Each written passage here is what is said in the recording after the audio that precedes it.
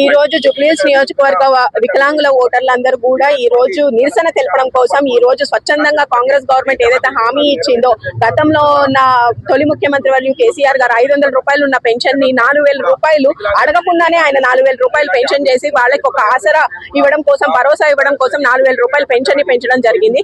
అలాంటి ముఖ్యమంత్రి గారిని మేము కోల్పోయామని చెప్పి బాధతో, అలాగే రేవంత్ రెడ్డి గారు ఏదైతే హామీ ఇచ్చారో 4000 రూపాయల పెన్షన్ ని 6000 రూపాయలు చేస్తా అన్నారో అది హామీ నెరవేర్చలేదనే దాంతో ఈ రోజు నిరసన తెలపడం కోసం జూబ్లీహిల్స్ నియోజకవర్గ ఓటర్లందరూ కూడా వాళ్ళంతా వాళ్ళు స్వచ్ఛందంగా వచ్చి ఈ రోజు నిరసన కార్యక్రమం కోసం ఈ ర్యాలీని నిర్వహించడం జరుగుతుంది. దాదాపు 150 మంది 200 మంది పైగా వికలాంగులు ఈ రోజు బయటకు వచ్చి వాళ్ళు నిరసన తెలుపుతున్నారు.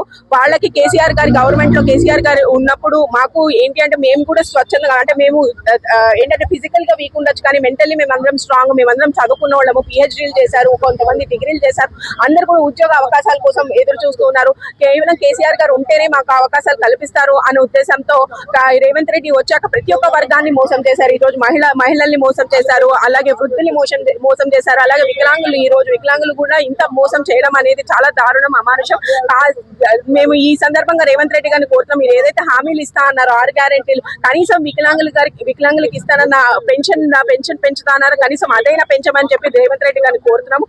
అలాగే ఏదైతే కేసీఆర్ గారు మళ్ళీ ముఖ్యమంత్రి అవ్వాలి అంటే ఈ జూబ్లీహిల్స్ నియోజకవర్గంలో జరగబోయే బై ఎలక్షన్ లో బీఆర్ఎస్ జెండా మళ్ళీ ఎగరేయాలని చెప్పి వాళ్ళందరూ కూడా మేమందరం ఓట్లు వేయడానికి వస్తాము. ఎందుకంటే ఓట్లు వేయడం కష్టం, వాళ్ళు బయటకు వచ్చి రావడం కష్టం, కానీ మేము వస్తాము, ఎట్టి పరిస్థితుల్లో మేము వచ్చి ఓటు వేస్తాము.